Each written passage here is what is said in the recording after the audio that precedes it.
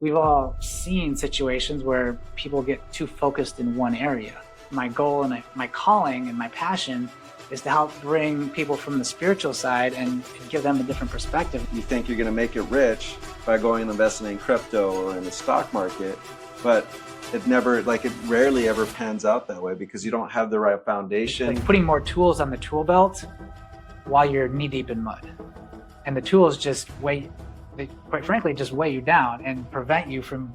You don't have the right mindset because you're like, I have to make this work. If I don't make this work, it's going to bankrupt me or it's going to put me in a deeper hole. And what we do, particularly with cash value whole life insurance, is that I haven't found a more comprehensive framework or a more common sense framework to build your personal finances on. It just makes sense to me. It's logical. What's going on, fellow wealth builders? I've got Ian Vogal with me with Afterlife Insurance, and Ian has got a very interesting story. So as you guys know, part of my channel, I'm really life insurance forward. I believe in protecting your family, making sure that your family is protected in all different ways. And that's kind of the foundation of how you build your wealth.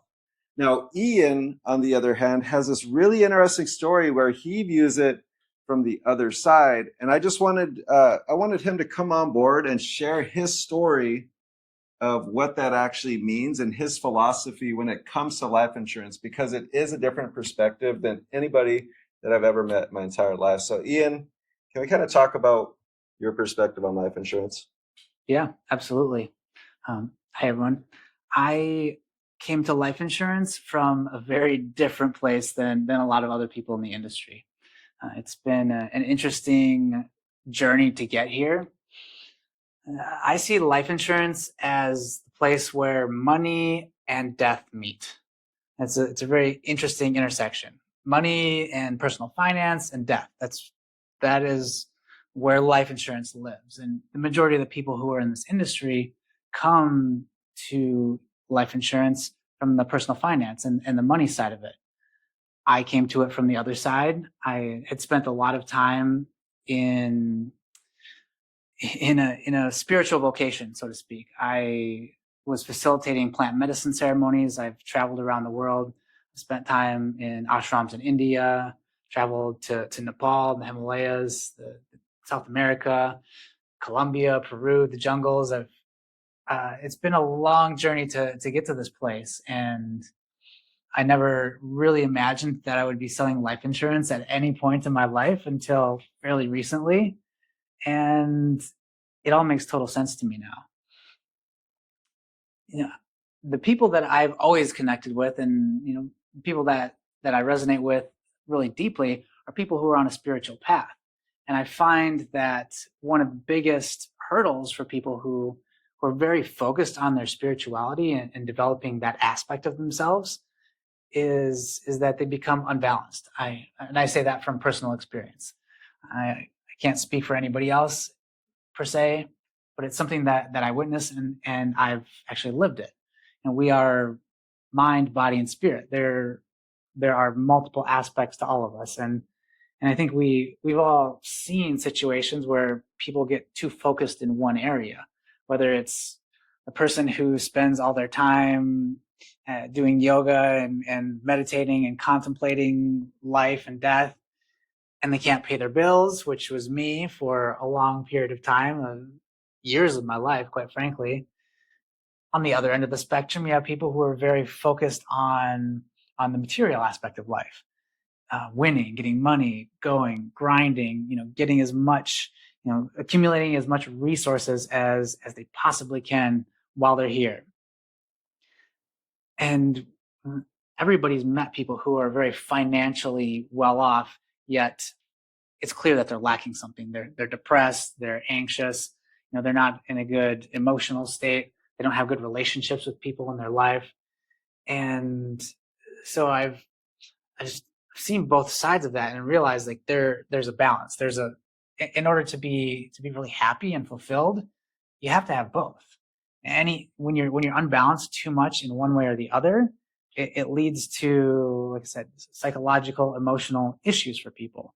And that's my my goal and my calling and my passion is to help bring people from the spiritual side and give them a different perspective and say, hey, money isn't evil. It's not bad. It's a tool that we can actually use as part of our spiritual development. And that's how I see it, quite frankly. From my perspective, they're thinking about money. It's either God made a mistake when God created money, or that God created money to help us evolve and grow in specific ways.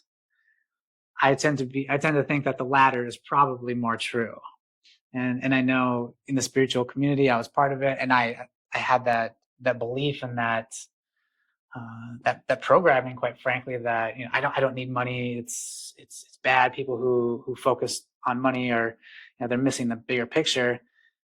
And I've kind of come full circle and realized like I hit a ceiling. Like I wasn't able to develop any more spiritually until I started developing my understanding and healing my relationship with money and looking at it as a tool for my spiritual development.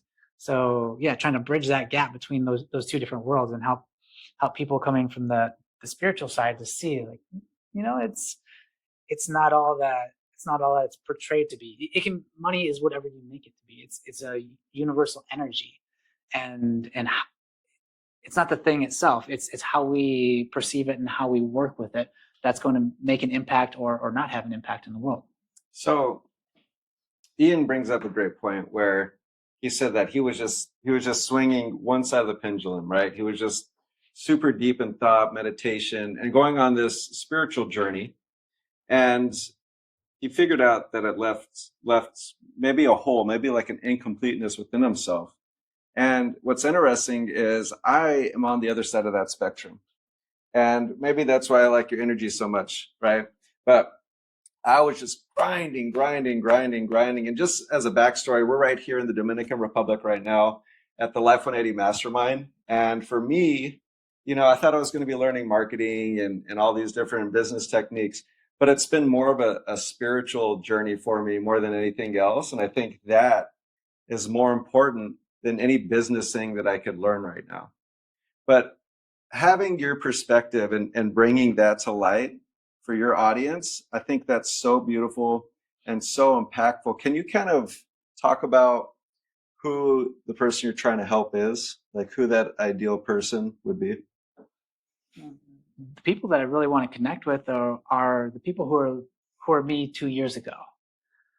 I was having a lot of spiritual experiences, having incredible experiences. I was helping for a long period of time, for several years, I was helping a relatively well-known group facilitate ayahuasca ceremonies and working in the plant medicine space. And I wouldn't change that experience for the world. It was an incredibly transformative period of my life. I got to meet so many incredible people, got to have experiences that, just are priceless to me. And at the same time, I would go from these peak state experiences. And when it was over, my bills still weren't getting paid. I was still struggling. And no matter how high I got, no matter how connected I felt during that period of time, when I was in the ceremony space, I still had a life to deal with that I was, quite frankly, running away from. There's a term called spiritual bypassing. And I never really understood what that meant until after I had taken some time off. I hit a wall. I just became very apparent to me that I was continuing to do the same thing over and over again, expecting different results and wanting different results, and yet not getting the results that I was searching for. So I had to stop and try something else. And it wasn't until I stepped away from that work that I realized, like, oh, I was just, it was a form of escapism. I had real life things to deal with that I was just ignoring. And so the person that I'm trying to connect with, and I know that there are a lot of people out there who are in that kind of a space or experiencing that, and trying to do all the right things, trying to follow the gurus, follow all the spiritual advice, learn more practices, do more retreats, learn yoga, learn whatever it is, It's like putting more tools on the tool belt while you're knee deep in mud.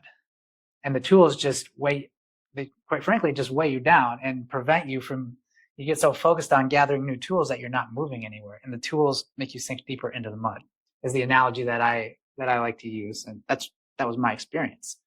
So the folks that I want to connect with are people who are on a spiritual path, but they're not making the kind of progress that they want, and helping them to see that progressing in the 3D in your real life, like bringing what you learn from the ceremony or the spiritual experience into your life, is where the growth is. That's the challenge, and that's where the greatest amount of growth and bringing that to the world. That's where people's gifts are. And so connecting with people who feel stuck, and helping them to give them a framework to develop their their internal strength, Okay. and their financial a framework to develop a financial system that can help support their spiritual growth. Beautiful. Can you give us an example of what a framework like that looks like?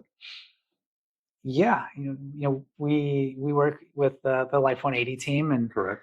Chris has calls it the Life 180 pyramid, and I think that's a really incredible framework to build financial stability in your life. It starts with meeting the base layer of the pyramid is meeting your cash flow needs, being able to pay all your bills, being able to pay for everything that you need on a month-to-month basis. And once you have that covered, the money above that goes into the next layer, which is an emergency fund and saving money, saving so that if something were to happen, you would have some money to fall back on.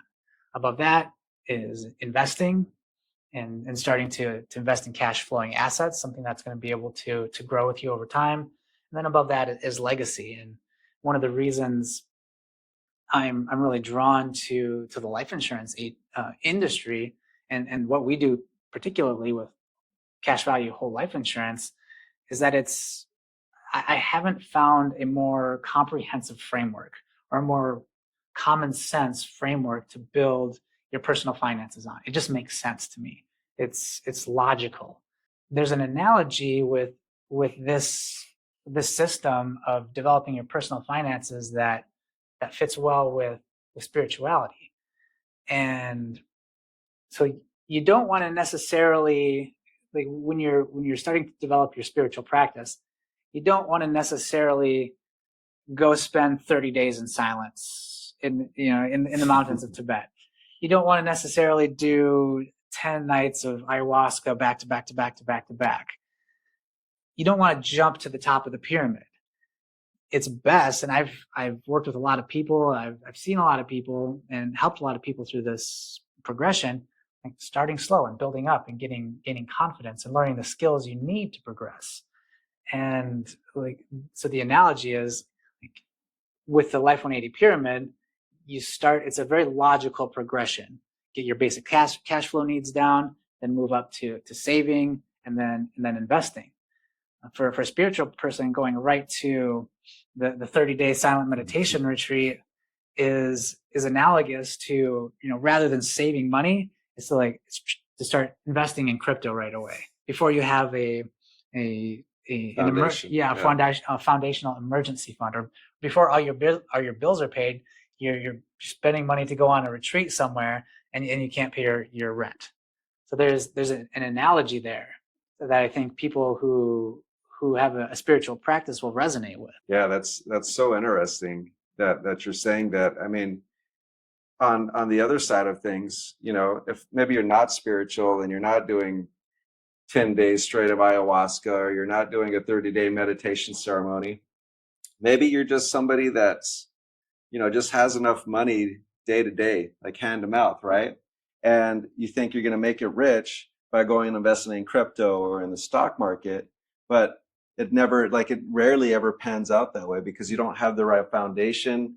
You don't have the right mindset, because you're like, I have to make this work. If I don't make this work, it's going to bankrupt me, or it's going to put me in a deeper hole. And so when you focus on building the foundation, and we like to use whole life for that foundation, because it It encompasses so many different areas of our life, and it will benefit us in our journey through life. That's the foundation that we like to promote, and that's what we use in our own life. So Ian, fill me in. I view whole life insurance as the Swiss Army knife in the financial industry, right? But who can this benefit with the people that you're trying to help?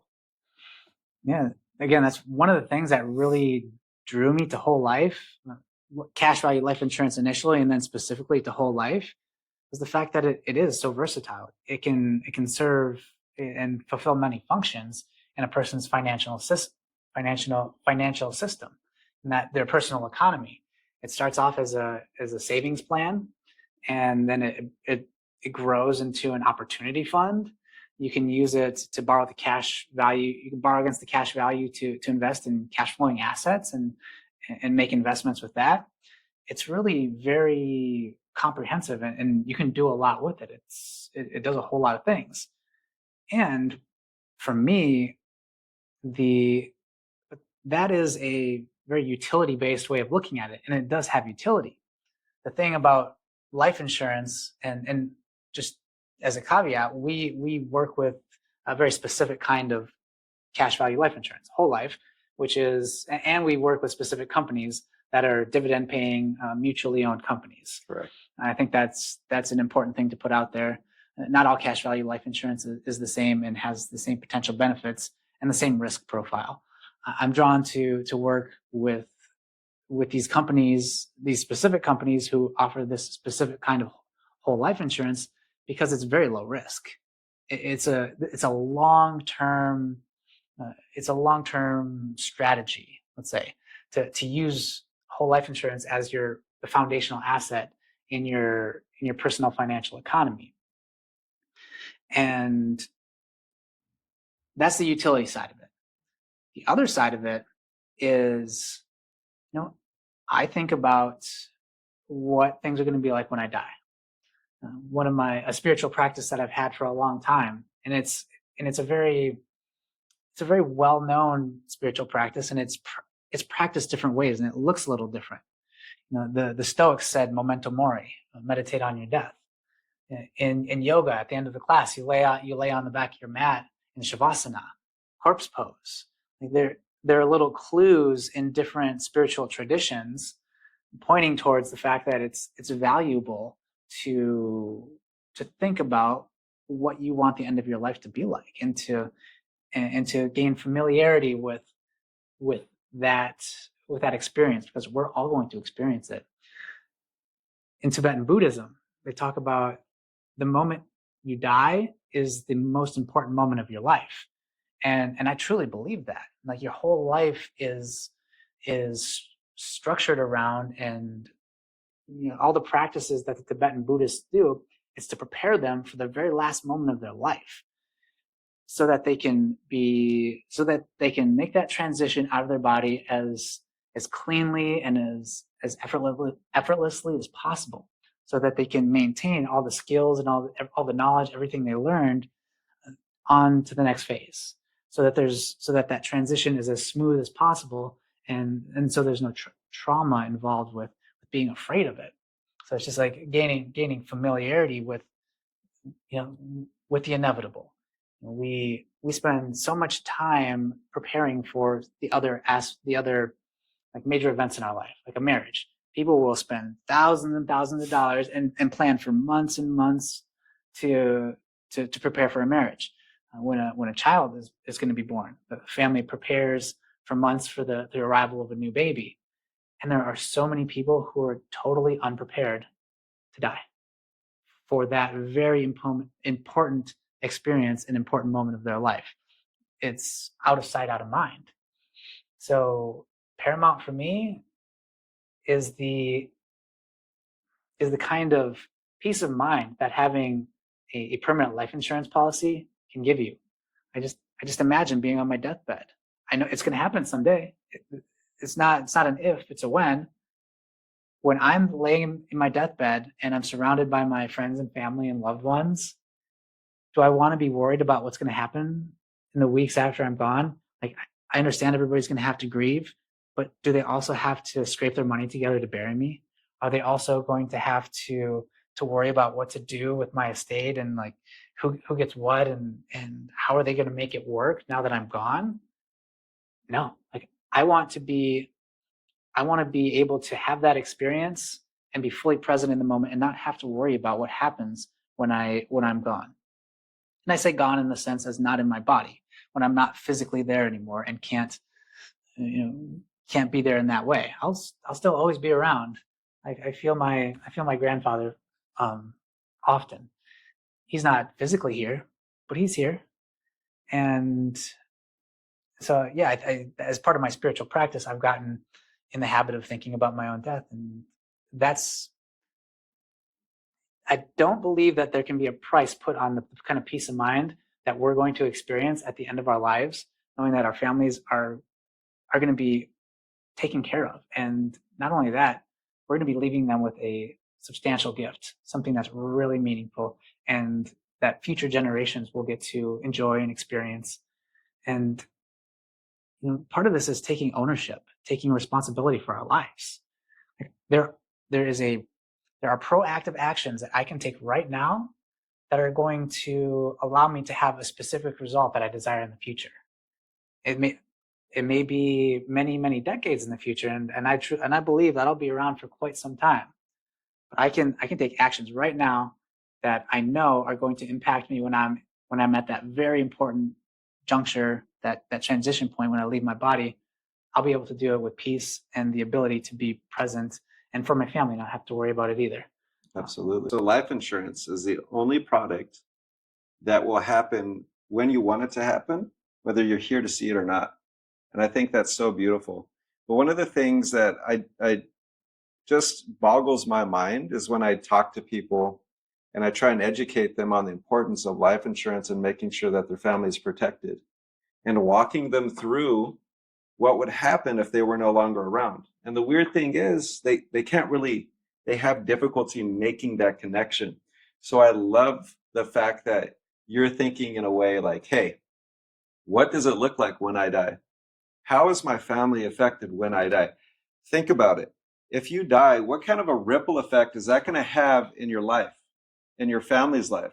Like not just emotionally, what things are they going to have to do to reconcile your death, right? Because there's more than just the emotional side of it. There's the estate planning side, and is everything in order? Is your family going to be destroyed because you didn't put the right estate planning techniques into place?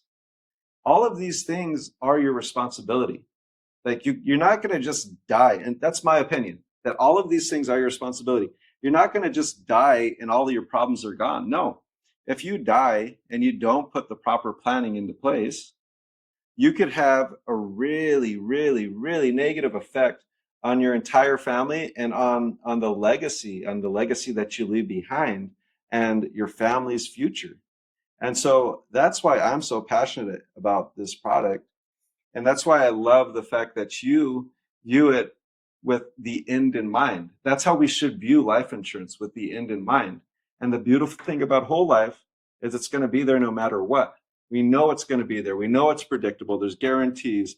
There's virtually no risk involved with having that whole life policy in place. And along the way, we can use it throughout our lives for different reasons, to build wealth and have our family protected and to protect our money from creditors and all these different use cases that we have the power to utilize by having this policy. So my belief is that just about everybody should have some form of whole life policy in place for their finances. And we all have different needs, but there's so much utility and so many different uses with the policy that it just makes sense. Even if you don't have a family, it still makes sense to have a policy in place. So Ian, I really appreciate you hopping on and sharing your story, because it truly is unique. And I think I know you're going to help a lot of people. But can you tell us how we can get a hold of you? Yeah, my website is ALIWIV, After Life Insurance with Ian Vogal. I have a podcast coming out soon, so keep an eye out for that. But yeah, aliwiv.com is where you can reach me and find more information about what I'm doing. And yeah, like as Charles, I have a YouTube channel as well, Ian Vogal Media. Beautiful. So yeah, I just want to say, if you're interested in what Ian was saying, definitely follow his channel. He's just in the very beginning stages of a massive movement, I truly believe. Just because I know the kind of heart that he has and the determination that he has. And if you like this kind of video, be sure to like and subscribe, Secure Harbor Financial's channel as well. Appreciate you guys watching the video. Yeah, me as well.